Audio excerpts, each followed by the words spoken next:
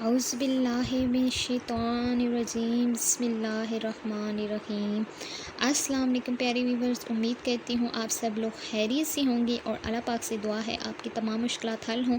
اللہ پاک آپ کی تمام جائز ضروریات کو پورا کرے۔ اللہ پاک تمام بیمار کو صحت کاملہ عطا فرمائے، آمین ثم آمین۔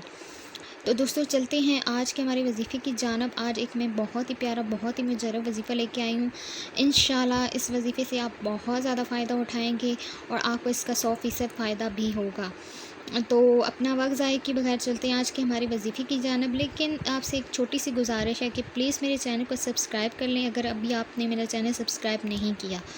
تو اب ہم چلتے ہیں آج کے ہمارے وظیفے کی جانب۔ وہ لوگ جو چاہتے ہیں اپنی شادی کے لیے کسی کو منانا چاہتے ہیں، اپنے والدین کو منانا چاہتے ہیں، اس کے علاوہ کوئی بھی ایسا رشتہ دار جو روٹھ گیا ہے، آپ کی شادی میں شامل نہیں ہونا چاہتا، یا کوئی ایسا انسان جسے آپ نے کسی حال میں بھی راضی کرنا ہے، اس کے علاوہ آپ کے باس، آپ کے ٹیچر، اس کے علاوہ کوئی بھی ایسا انسان ہے، آپ کسی کے لیے بھی یہ وظیفہ کر سکتے ہیں، لیکن مقصد یہ ہونا چاہیے کہ آپ نے اس کو منانا ہے، ٹھیک ہے نا، آپ نے اس سے بات اپنی منوانی ہے یا اس کو منانا ہے، دونوں کام آپ لے سکتے ہیں اس وظیفے سے، کیونکہ میں آپ کے لیے ایسے وظائف لے کے آتی ہوں جس سے آپ ایک نہیں ہر طرح کا کام لے کے آئیں، اور اللہ پاک کا وہ یہ پیارا سا نام ایسا ہے کہ آپ واقعی، میں آپ کو واقعی یقین دلاتی ہوں کہ آپ اس سے لازمی فائدہ اٹھائیں گے۔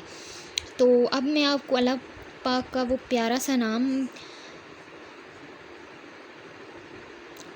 بتاتی ہوں جو آپ کر کے آپ کسی کو بھی اپنی شادی کے لیے راضی کر سکتے ہیں۔ جو ناراض ہو گیا، روٹھ گیا، آپ اس کو منا سکتے ہیں یا مانے ہو، ٹھیک ہے نا۔ یہ منع کرنے، اس کا مطلب تو ہے منع کرنے والے، لیکن آپ اس سے روٹھے ہوئے کو ضرور منا سکتے ہیں۔ انشاءاللہ آپ اس انسان کے دل پہ ایسا اثر ہوگا یا مانیوں کا وظیفہ کر کے کہ وہ شخص آپ سے راضی ہو جائے گا۔